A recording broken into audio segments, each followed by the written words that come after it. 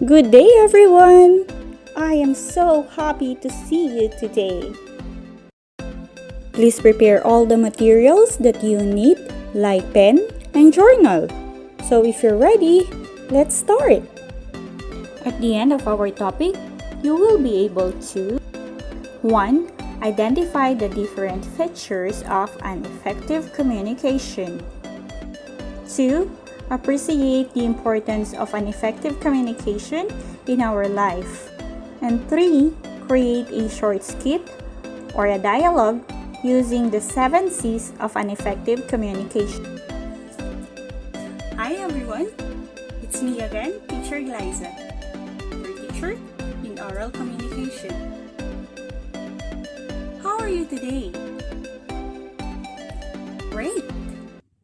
Before we start with our discussion, I prepare a short story for you. Are you ready to listen? Great! Then, let's start. Once there were two friends named Daphne and Rico. Rico loves Daphne and he wants her to be his girlfriend. But Daphne loves Rico as a friend.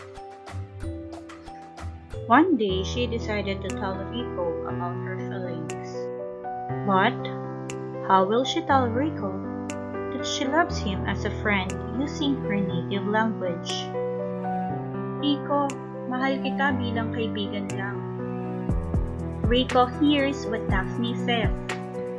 Wait, what? Did she say, mahal mo ko bilang kaibigan lang? Rico did not say any word. His eyebrows frowned, and he lost his smile. He now knows that the girl he loves will forever be his friend. I feel sad for Rico. How about you? Have you been friend-zoned before? Sad to hear that. But you know what? God prepared the right person for us. The one who will love you for the rest of your life. Alright, compose yourself now and let us move on. Let us review your previous topic. Moving on, let us have a short review on process and nature of communication using the story of Daphne and Rico. So these are the process of communication. First, the speaker generates an idea. Second, the speaker encodes an idea or converts the idea into words or action. Third, the speaker transmits or sends out a message. Fourth, the speaker gets the message. Fifth, the receiver interprets the message based on the context. And lastly, the receiver sends a feedback. Based on the story of Daphne and Rico, can you interpret or analyze the process of communication that takes place? By using this flowchart, can you analyze what scenario belongs to each process of communication?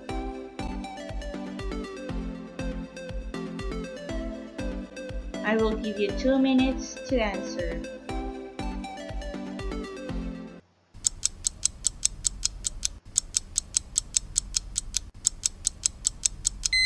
Alright, 2 minutes is over. Let us see if we have the same answer. Let us start when Daphne realized that she loves Rico only as a friend. Second, Daphne converts this idea when she approached Rico. Third, Daphne sends out the message when she told Rico that she loves him as a friend. Fourth, Rico gets the message when he heard what Daphne told him. Fifth, Rico processes and interprets what he heard and understood what Daphne means with what she said. And lastly, Rico sends a feedback by being silent and frowns his eyebrows, expressing how painful it is when he hears what Daphne told him. Okay, class, do we have the same answer? Amazing! You did a great job. And these are the nature of communication. First, communication is a process. According to David Berlow, when we label something as a process, we also mean that it does not have a beginning, an ending, or fixed sequence of events. It is not static at rest. It is moving. The ingredients within a process interact. Each affects all of the other. The second nature of communication is communication occurs between two or more people. In this picture, can you tell who is the sender and who is the receiver? Good job! Daphne is the sender and Rico is the receiver. And the last nature of communication is communication can be expressed through written or spoken words, actions, or nonverbal, or both spoken words and nonverbal actions at the same time. In this picture, can you tell which part is the verbal communication and which part is the nonverbal communication? Great! The verbal part is when Daphne told Rico that she loves him as a friend. And the nonverbal part is when Rico frowns his eyebrows and keeping silence when he heard what Daphne told him. Lastly, let us review the functions of communication. Can you tell what are the functions of communication? Good job! These are control, social interaction, motivation, information dissemination, and emotional expression. And now, let us have our next lesson. Today's topic is all about the 7 C's of an effective communication. Our first letter C is completeness. Completeness is when effective communications are complete. Example, the receiver gets all the information he needs to process the message and take action. A complete message reduces the need for follow-up questions and smoothens the communication process. Number 2 is conciseness. Conciseness is about keeping your message to a point. This is more about the content of your message rather than its length. Even a short memo can include irrelevant or redundant information. Conciseness helps the receiver focus on what's important, speeds up the processing of information, and caters for improved understanding. Number 3, consideration. Effective communication takes into account the receiver's background and points of view.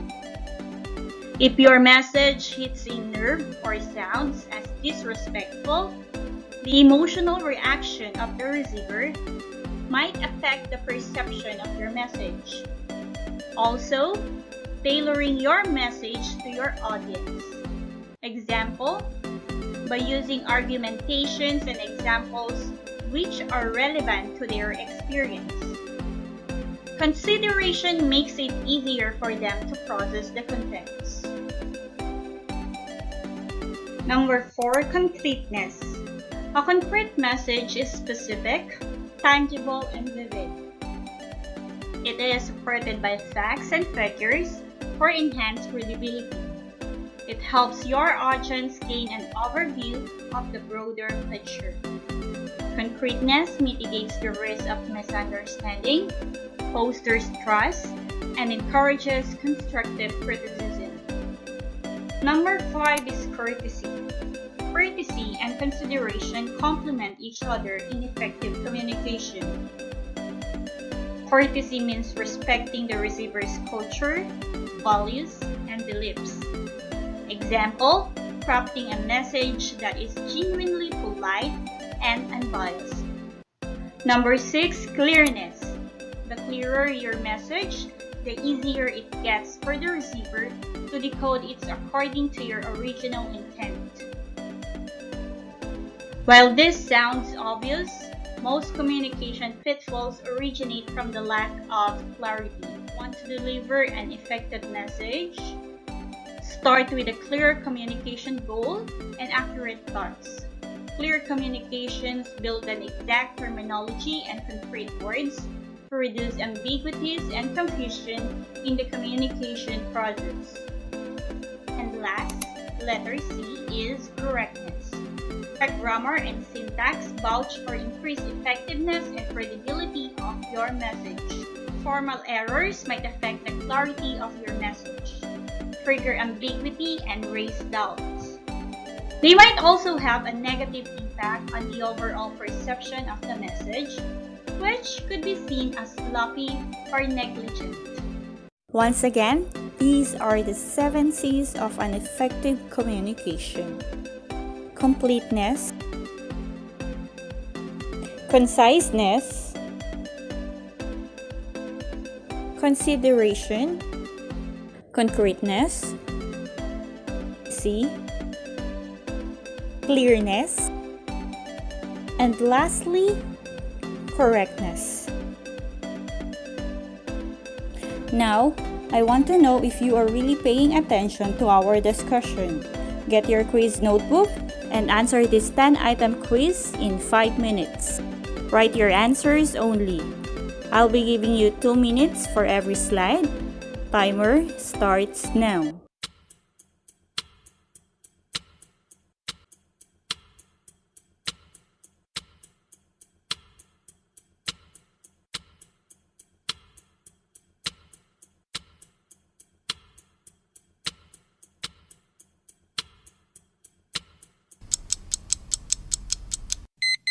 Okay, let us have number 6 to number 10.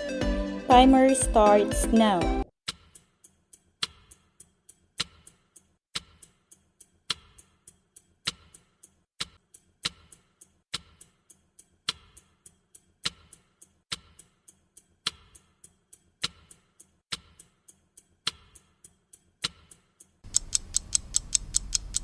Alright, pens up. Let us see how many correct answers you got. Check your own. The answers are flashed on the screen. How many correct answers you've got today? Excellent! Now, can you tell me how would you describe an effective communication? Awesome! You explain your points very well. Now, are you ready for more challenges? For your performance task, write a short skit or a dialogue covering 3 to 4 unique features of communication. And for your assignment, answer the following questions briefly and comprehensively. Write your answers in a 1 full sheet of bond paper. That's all for today, my students. And remember, healthy communication creates a happy relationship. Goodbye and have a nice day.